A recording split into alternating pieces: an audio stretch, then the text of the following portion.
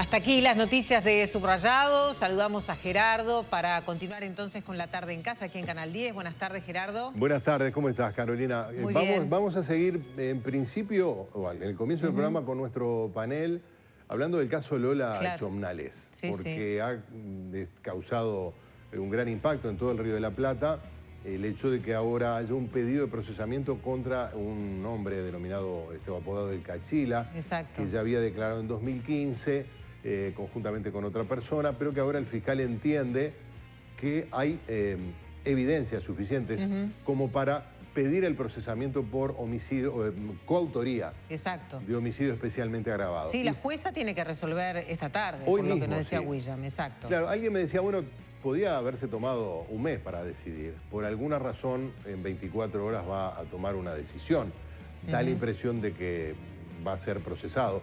La defensora de oficio, hoy la entrevistábamos en Informativo Carve, decía que no está configurada la semiplena prueba, que los elementos que maneja el fiscal no los reconoce. El implicado, si bien declaró en un sentido, luego lo negó.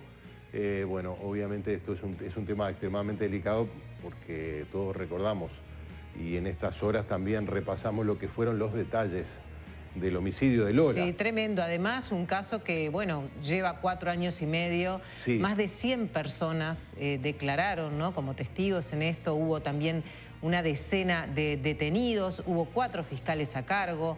Un proceso que fue muy difícil porque además en el inicio también, no sé si recordás que hubo también una escena del crimen que no estuvo bien manejada y eso fue también muy cuestionable, ¿no? A propósito de cuando se encontró el cadáver de Lola allí en la playa de Balizas, no quedó cercado lo suficiente, no quedó cercado ese lugar, por lo tanto hubo de alguna manera algunos elementos que no le dieron como cierta credibilidad, ¿no?, a la investigación. Y ahora se agrega una polémica o pseudopolémica, supongo que la abogada defensora se va a agarrar de esto, sobre la importancia que puede tener la pericia semiológica. Exacto.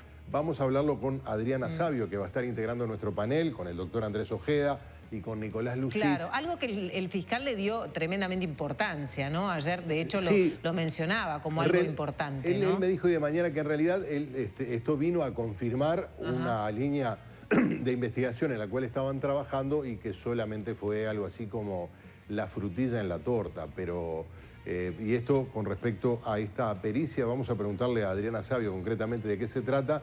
Me decía hace minutos en maquillaje que es una pericia que se utiliza en la ciencia forense y que goza de mucho respeto y prestigio. No es una cuestión así nomás. Pero bueno, vamos a conocer más detalles sobre este caso. Tendremos también desde Rocha la voz de Jessica Víquez, que es la abogada defensora, y de Juan Raúl Williman, quien trabaja en la defensa de la familia Chomnales. Perfecto, entonces te dejamos, Gerardo, ya arrancar con el tema. Gracias. Buenas tardes, hasta mañana. Buenas tardes. Bueno, y también lo veían en los avances, en este mayo amarillo, qué se está haciendo con respecto a la sensibilización en materia de accidentes de tránsito, porque ha habido muchos esfuerzos, legislación, trabajo, políticas de Estado, etcétera, pero lo cierto es que aumentan las víctimas de los accidentes con resultado fatal. Empanadas de la Ribera cumplió 15 años. Empanadas de la Ribera, el gusto sano de la empanada horneada.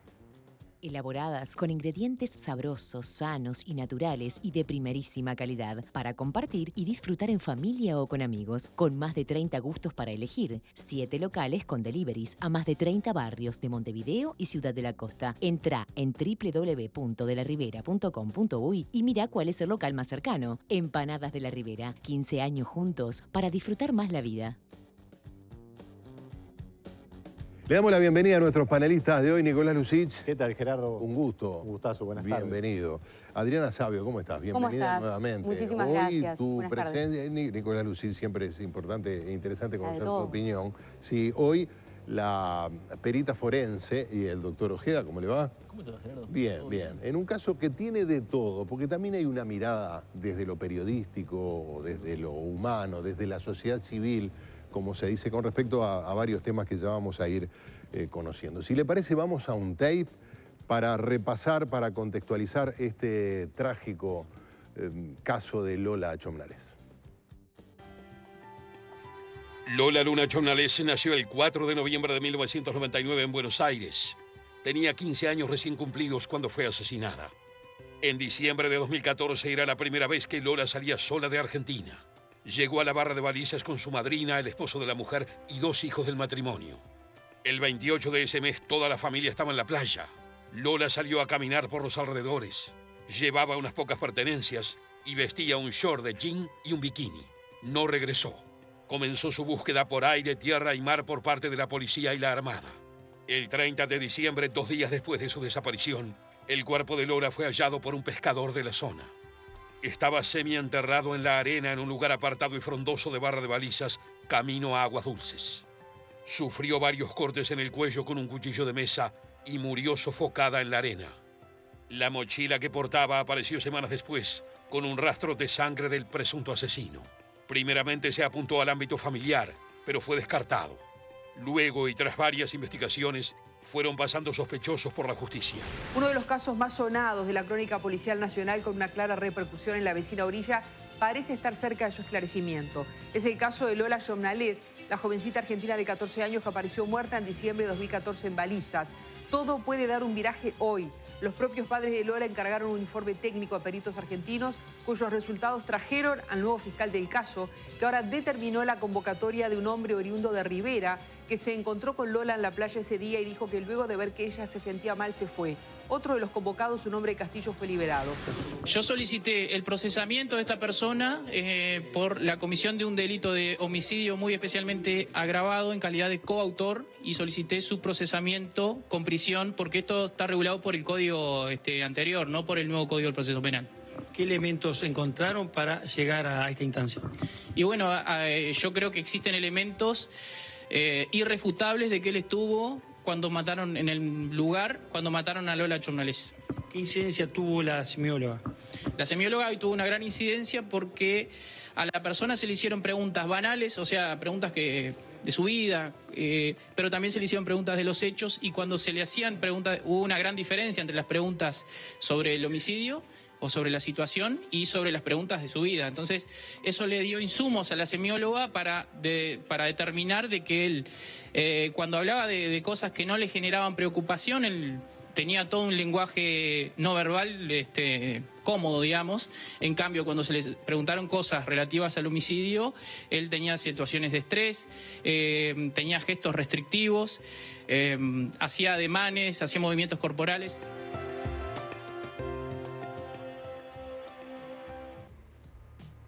Ahí estaba la versión o la hipótesis que maneja el fiscal. Hace 3 meses que está en este caso. Leyó un expediente de unas 3.000 fojas aproximadamente. Creo que son 10 cuerpos. Nos lo decía el doctor Williman, que estuvo aquí la semana pasada. Si me permiten, tenemos a William Dialuto desde Rocha y además con el doctor Williman, justamente. ¿Cómo estás, William? Adelante, buenas tardes. Muy buenas tardes. Bueno, como siempre, un gusto establecer este contacto. De Rocha, un día lluvioso, en el cual bueno, tenemos la posibilidad justamente de tener junto a nosotros al doctor Williman, a quien bueno, le agradecemos el tiempo que tiene para con nosotros y bueno, un poco contarnos en qué se está a esta hora, donde hay tanta expectativa por lo que viene ocurriendo a nivel judicial, ¿no? Bueno, actualmente sabemos que la defensa evacuó el traslado del pedido de procesamiento de la Fiscalía y ahora simplemente esperamos por la resolución judicial para ver qué es lo que decide la justicia respecto del pedido fiscal. Ustedes que han seguido este caso desde el principio con el doctor Barrera, ¿qué diferencia encontraron entre las declaraciones que se hicieron en principio por esta persona y lo que hay hoy en el expediente? Las declaraciones más determinantes son las declaraciones que hay desde el origen, ¿no? Que lo sitúan a la persona en tiempo y lugar. Quedó claro que, y surge de la vista fiscal, que el indagado en realidad toma contacto con ella en la playa, que la ve viva por última vez y que también la ve una vez fallecida. Además aporta otros elementos muy específicos que indican que estuvo ahí y que no podrían ser inventados. No obstante ello, en su momento se descartó, si bien se siguió indagando, se descartó porque el registro de ADN no coincidió y después se fue llevándolo a una teoría, que es la que tiene el fiscal, que es su teoría del caso, donde entiende que si participa más de una persona, bueno, la muestra de ADN no es determinante, porque la muestra de ADN puede ser de otro copartícipe, independientemente de esta persona que para la posición de la Fiscalía claramente está en el lugar de los hechos y interviene de alguna manera. En primera instancia, ¿no fue posible, más allá de todo lo que transcurrió en la investigación, de haber solicitado el procesamiento por omisión de asistencia cuando él declara de que la dejó estando en un momento delicado, ¿no? que estaba con problemas de salud, según él, y cuando retorna está ya fallecida? ¿Eso no ameritaba esa solicitud? Bueno, eventualmente podría ser. El tema es que el fiscal de ese momento, frente a esa declaración, entendió que le faltaban elementos para solicitar el procesamiento y en todo caso era una teoría distinta, ya que sería una omisión de asistencia. Si había elementos en ese momento y con esa declaración para imputarlo, eventualmente sí. Yo creo que la defensa en su momento lo pensó y la familia también. Pero ahora estamos en una hipótesis distinta, porque la Fiscalía cree que tiene algún grado de participación. Y bueno, y en el caso de haber copartícipes es importante lo que se pueda seguir aportando para seguir arrojando luz sobre lo que realmente pasó. ¿La documentación que aportaron los padres desde Argentina ha influido en algo para la aceleración del esclarecimiento de este hecho? Yo creo que la actitud de los padres ayuda mucho porque están permanentemente arriba del expediente y se han reunido con todos y cada uno de las autoridades que han pasado, tanto jueces como fiscales, porque sabemos que hubo una gran cantidad de cambios, tanto jueces como fiscales, y ellos han aportado su parte llevando al expediente a Argentina y trayendo ese estudio criminológico que también establece bases y líneas de investigación y en algunos puntos son coincidentes, ¿no? En este punto exactamente, ¿es coincidente? ¿Apuntan los argentinos al mismo individuo? Si hay algo coincidente es que había que reindagar a varias de las personas que habían sido indagadas. El tema es que había un tema estratégico de decidir en definitiva a quién se reindagaba. Y hubo citaciones, algunas la prensa se enteró, otras no. Pero bueno, en definitiva el fiscal terminó apuntando a este imputado, indagado en su momento, eventualmente imputado si lo procesan, porque entiende que tiene elementos que además se fueron agregando que tal vez el fiscal en su momento no tenía, ¿no? Como el examen forense del doctor Guido Berro en el que se apoya, como la pericia semiológica del otro día, que obviamente en su momento no se hizo declaración con perita semiólogo, o sea que tiene algunos elementos más. ¿A qué hora vamos a poder saber la resolución del juez? Bien, estamos citados 7:30, como le decía, ayer a última hora terminó la indagatoria y el fiscal en el mismo momento solicitó el procesamiento con prisión y la defensa pidió un plazo razonable para contestar ese pedido de procesamiento, que fue contestado en el correo de la tarde. Por ende, es evidente que 7:30 vamos a tener el fallo. Y lo esperamos con mucha cautela. En general somos cautelosos, en un caso tan delicado, más cautelosos todavía.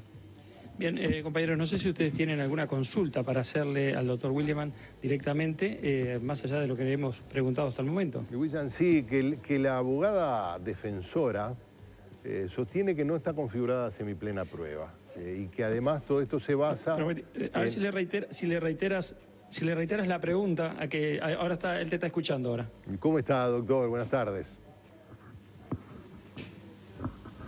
Gerardo, ¿cómo le va? Bien, no, le estaba diciendo a William que hoy entrevistamos en Informativo Carve a la abogada, a la defensora del Cachila, y nos decía que a su juicio no está configurada la semiplena prueba y que no hay elementos contundentes nada como para pedir nada menos que un procesamiento por coautoría de homicidio, porque se basa en cosas que en un momento dijo el implicado y luego se desdijo.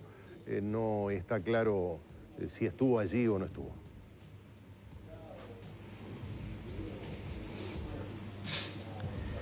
Bueno, se puede compartir o no la posición del fiscal, pero yo creo que está muy fundada a la vista. Creo que tiene un profundo análisis del expediente, de las declaraciones anteriores y actuales, de los informes que hay que surgen del expediente, tanto de médicos legistas como de criminólogos. Creo que la información está bien concatenada y su razonamiento, tanto desde el punto de vista fáctico como jurídico, es posible. Entiendo que la defensa no comparta, pero habrá que tener en cuenta que no se requiere plena prueba para procesar al indagado. Estamos hablando de que se requieren elementos de convicción suficientes, que es un grado de eficacia probatoria menor, y que evidentemente, como dice el fiscal, hay elementos importantes que determinan que la persona tuvo un grado de participación. Es una posición, a mi criterio, bien fundada. Obviamente, repito, esperamos con cautela la decisión judicial.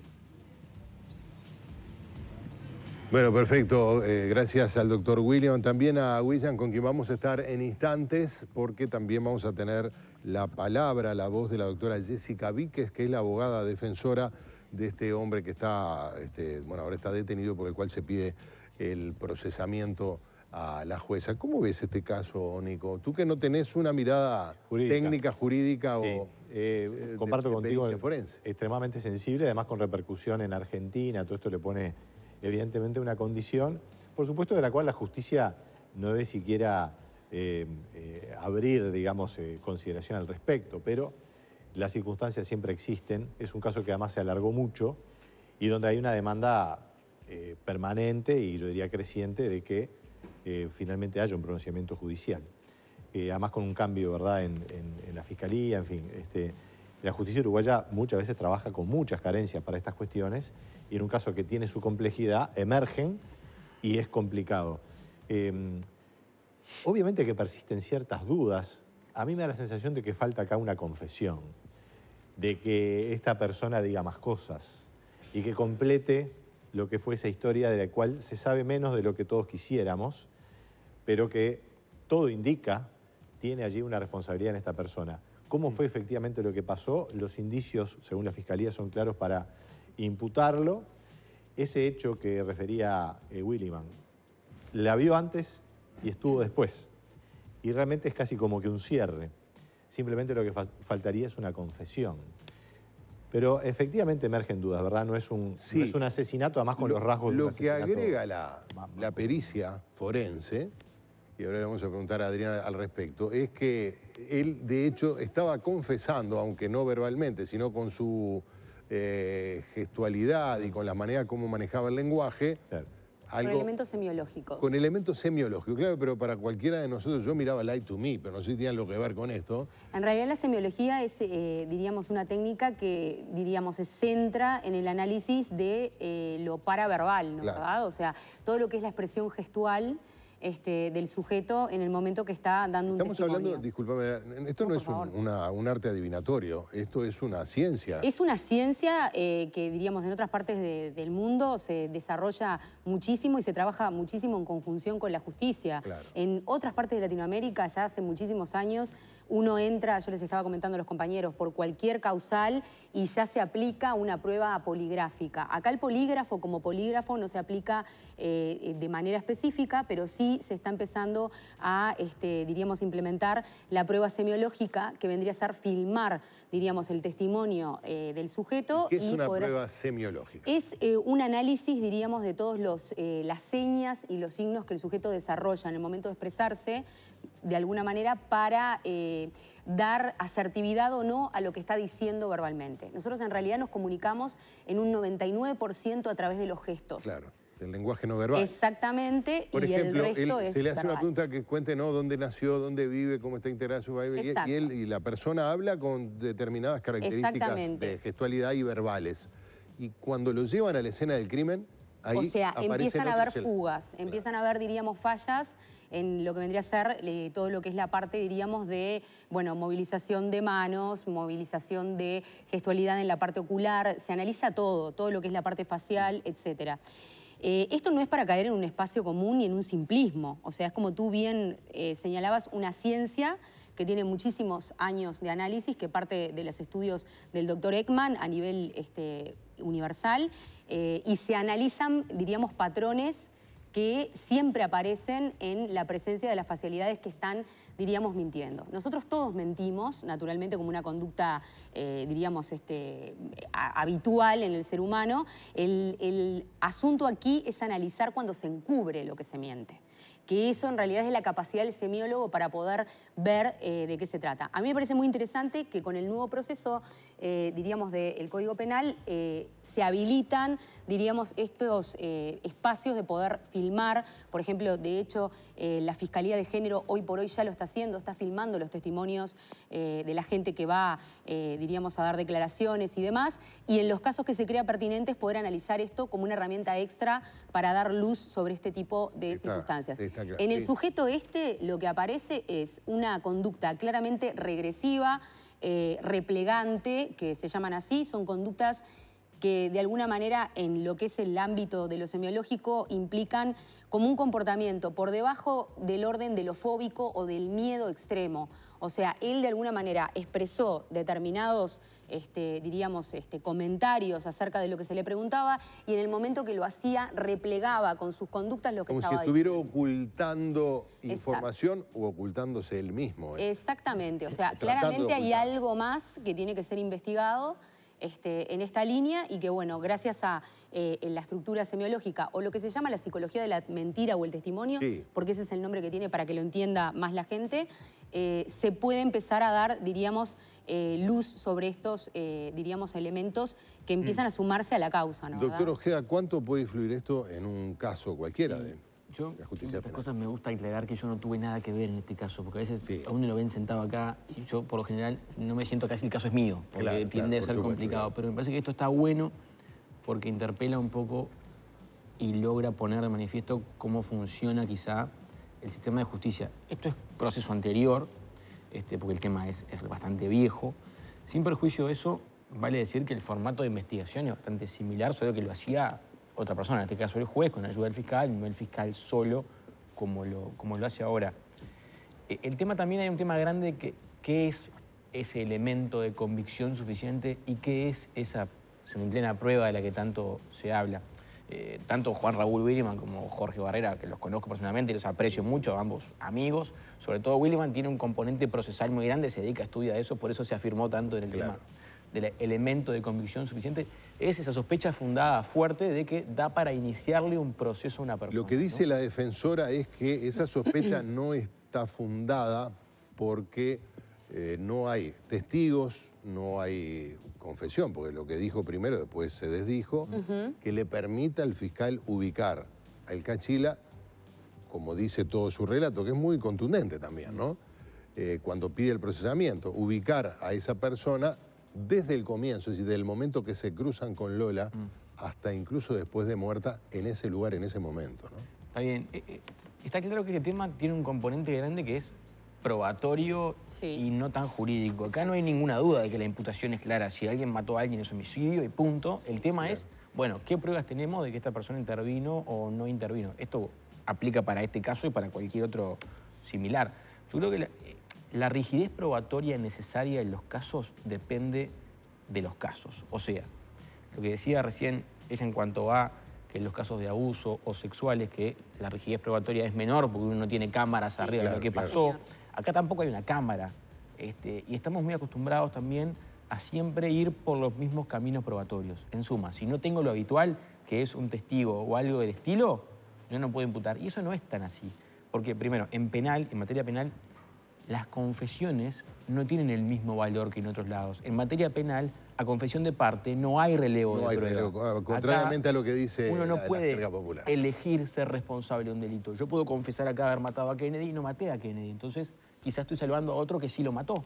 Entonces, por más que hubiese una confesión, que obviamente allana el camino muchísimo, no es una respuesta absoluta.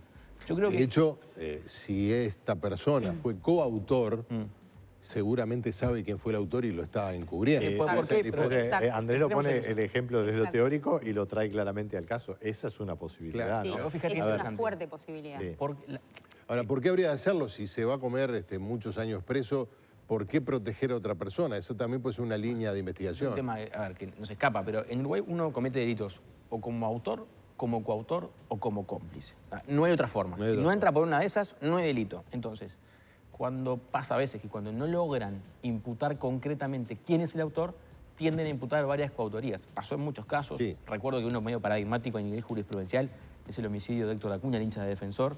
Y como no supieron quién le dio el golpe de muerte, procesaron en la mayoría como coautores. La pena de la coautoría es muy similar a la autoría. O sea, no hay mucha diferencia. ¿Cuántos años podemos estar hablando en un crimen y de 15 a 30? Especialmente agravado. Esto es los casos más graves del Código. Acuña de Cerro, ¿no? Hincha de Cerro. De Cerro, sí. Exactamente. Que fue asignado por hincha de Peñarol, que fueron todos coautores porque no lograron dar con el autor material concreto de la muerte. Pero claro, que pueden estar encubriéndolo, además. Ser uno de ellos, pero no decir quién fue. Vale lo mismo cometer un delito como autor o como coautor. Por eso es que no hay tanta diferencia.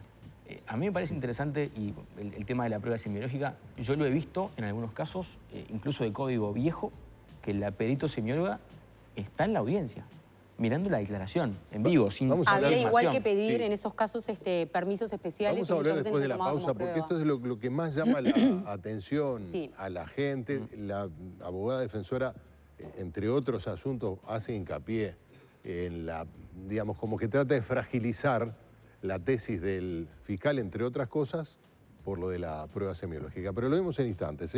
La industria uruguaya es el motor de la economía, así que así como nosotros, consumí industria uruguaya. Porque consumiendo productos uruguayos, generamos más fuentes de trabajo y fortalecemos nuestro país. Apostemos a lo nuestro, a lo uruguayo. Es un apoyo de pastas secas Marco Polo, pasta tipo casera, condimentos Hidalgo, productos de nobleza, fiambre y hamburguesas Camposur, de nuestra granja a su mesa. Cortifaz, líderes en cortinas, 0800 2678.